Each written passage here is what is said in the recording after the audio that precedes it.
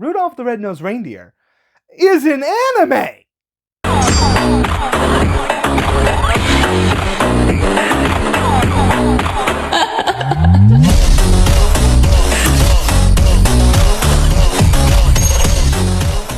You heard me right. The 1964 stop animation Rudolph the Red-Nosed Reindeer does in fact qualify as an anime. I have fallen down a rabbit hole so deep and so wild that my mind is unraveling like a cheap, ugly Christmas sweater.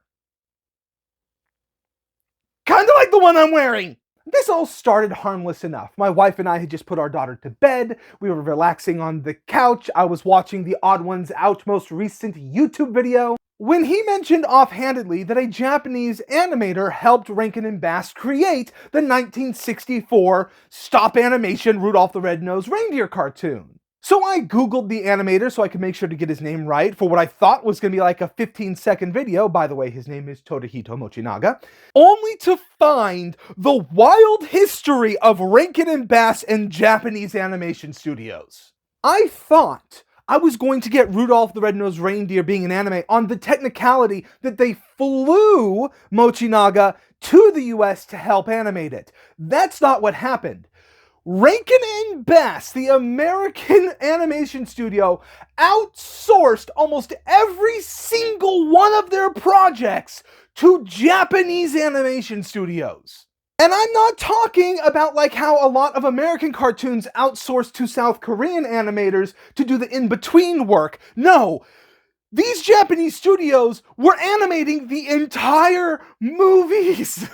Okay, so it was just Mochinaga's animation studio, MOM Productions, right? No! Several animation studios from Japan helped Rankin and Bass throughout the years, including Toei Animation.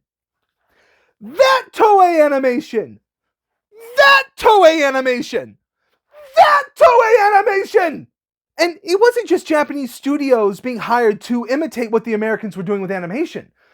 They were animating these movies using animation techniques developed by Japanese animation studios. Rankin and Bass is famous for their animation technique, Animagic. That was a Japanese technique! There's a lot of different definitions of anime. Some say it just has to be animation that came from Japan. Some say that it is the style, and certain American cartoons like Arcane and Avatar The Last Airbender can be considered anime because they are done in that same style. However, no matter what definition you use of anime, Rankin and Bass cartoons are indeed anime! They were animated by Japanese animators using Japanese animation techniques in Japan!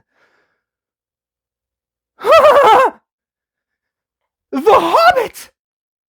The Hobbit was animated by Top Craft Productions, a Japanese anime studio! This movie, this cult classic, this film that stoners have been getting high and watching for almost half a century that I thought was quintessential American cinema is an anime by every definition of the word! I got a little passionate and my camera fell off the tripod. One second, let me just fix that real quick.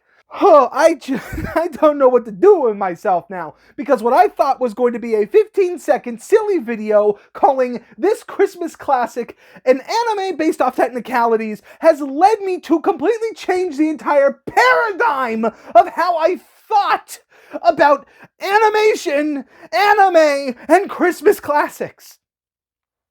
I wish I could be the man I was earlier today, before I learned this information. Not because it's bad, it's kind of cool, actually, that anime has been popular in the States long before, what we think it to be, but I just don't know what to do with my life now. I don't know what to think. I don't know what reality is. Is this real life? Is this a fever dream? Am I hallucinating? Is this all a simulation controlled by aliens that are controlled by robots from another dimension? Hallelujah! Holy crap! Where's the Tylenol? I have had a moment to compose myself. I apologize for my outburst earlier. And to sum up, The 1964 stop-motion Christmas classic, Rudolph the Red-Nosed Reindeer, created by Rankin and Bass, is in fact an anime. Have a good night, and God bless us, everyone. Especially Tadahiro Mochinaga. The man was a genius.